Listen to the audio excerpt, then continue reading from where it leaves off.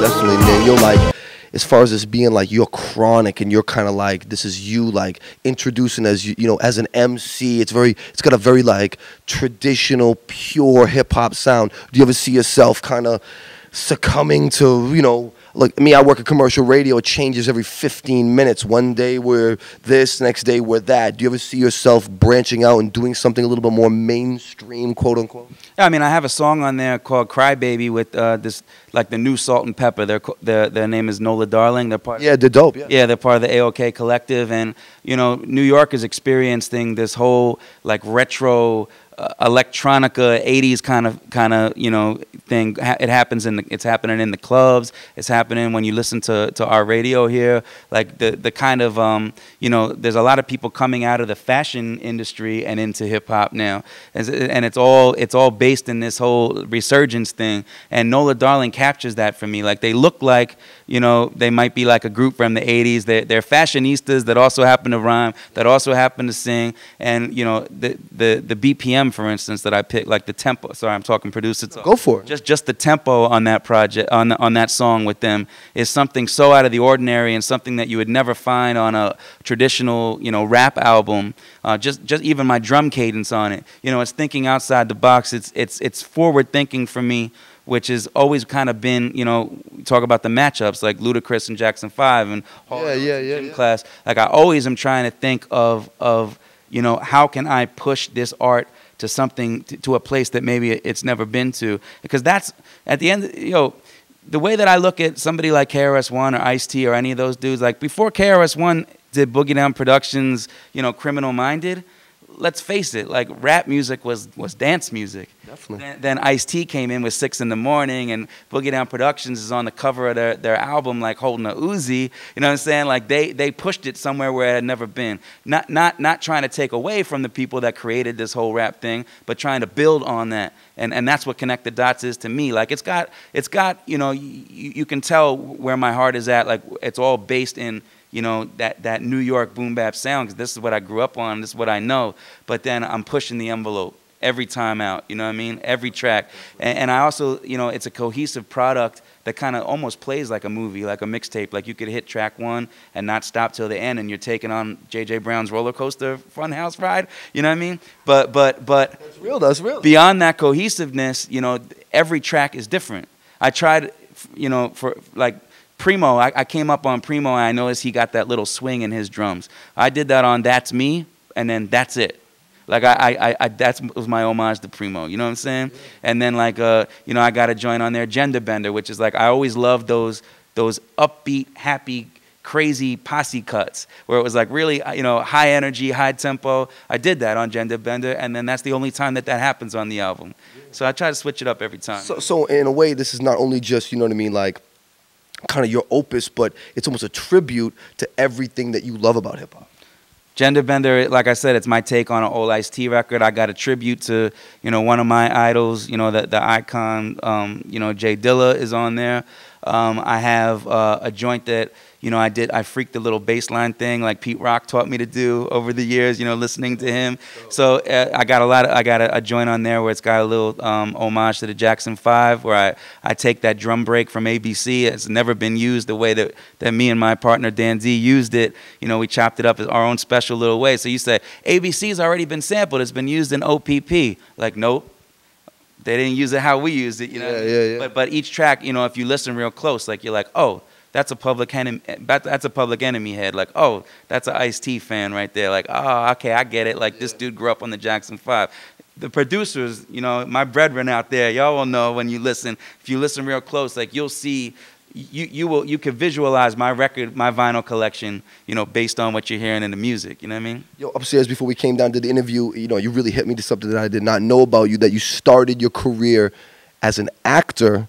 It's like backwards. Like nowadays, rappers want to be actors. You were an actor. Like now coming into the hip hop thing. Talk to me about this early acting career and how it kind of hipped you to the entertainment industry. You were talking about some of the names and people you worked around and stuff like that. It's pretty crazy, man.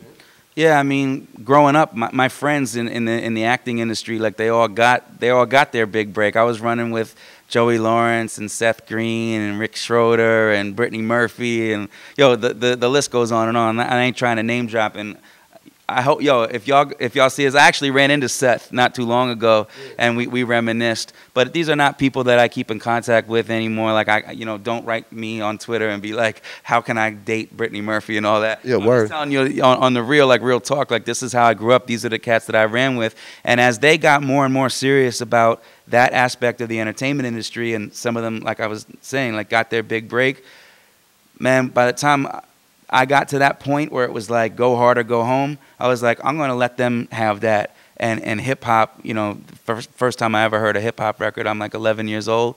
By the time I'm like in my late teens or going to college, I was in it so deep. I was like, you know what, I'm going to put that acting part of my life behind me and do this hip-hop thing full-time, and started, trying to recruit artists around my beats and all that. But I definitely grew up, as one of the New York child actor kids. I pimped you, y'all. I pimped you your cheeseburgers from McDonald's and your J.C. Penney back to school clothes, and I did all that. As a producer though, like most of the time when I talk to producers, very introverted. I mean, you got a wicked personality, dude. Are you ever gonna like return to that, you think? There's a certain level of, whether the purists want to hear it or not, talking to Noriega in real life and talking to Nori the rapper, they are two different things. Yeah. I was privileged enough to spend some time with Flavor Flav as I got, deeper and deeper in the industry. I ended up recording him for his Echo clock. You ever see the Yeah, definitely. clock? That was done in my studio. Wow. And he was like, he noticed like my Public Enemy action figures on the wall and stuff, and he was like, all right, so let's just talk. Like, close the door, just you and me. Like, let's just, what do you want to know? Yeah. And Flavor Flav, the person, like, I can see why those girls go nuts for him on that Flavor of Love show. Like, the dude's got a heart, as big as Texas. Like, the dude, you just want to give him a hug after talking to him. Because Flavor Flav, like, the hype man of Public Enemy, is a little bit different than Flavor Flav the person. So there's a little bit of acting involved in everything that we do when I'm J.J. Brown, the guy with, like, talking. Definitely. Yeah, Mr. Peter Parker and Pete Maslowski, a little bit different. Right. Little bit. You know what I'm saying? Just a little bit. Right. I mean, there's, as a MC, as a producer, as somebody coming up in this hip-hop culture, I definitely understand that it's like the whole keep it real thing. Like, this is me, but it's all heightened personality stuff. Let's just be real about it, So there's a little bit of acting involved in everything I do. But going back to it full blast to answer your question, I'm hip hop all day, every day. It's over it. I don't have time to think about it, man. Big Lou got me running around. Yo, man. Shout out to Big Lou, man. Yeah. We're currently right now in the Well Done corporate headquarters. It's beautiful, as you can tell. We're out here right now. J.J. Brown album, Connect the Dots. What's the date again, man? November 10th, and also every week from right now leading up to the album, we're releasing one song as a single. So like this week it's Gender Bender, next week it's The World's a Stage, and then on November 10th you can hit that little complete my album thing, and get a discount on the full-blown record. That's pretty dope. That's interesting. Yeah, I mean, iTunes rolled out the red carpet for us, our distributor Red Eye has a relationship with iTunes, and they were real excited about how eclectic this album was, and they were like, yo, I think like only Eminem, got the kind of treatment that you're getting on iTunes. Whoa. It's worth it, you know what I mean? Like, they see the potential that this album has, so, they roll out the red carpet, and we'll be happy to pose for the picture, Definitely, man. Good luck with it, man. Yo, pick this up, man. Support this, man. Connect the dots yourself. It's going down. Parker Vision. Get involved with the movement.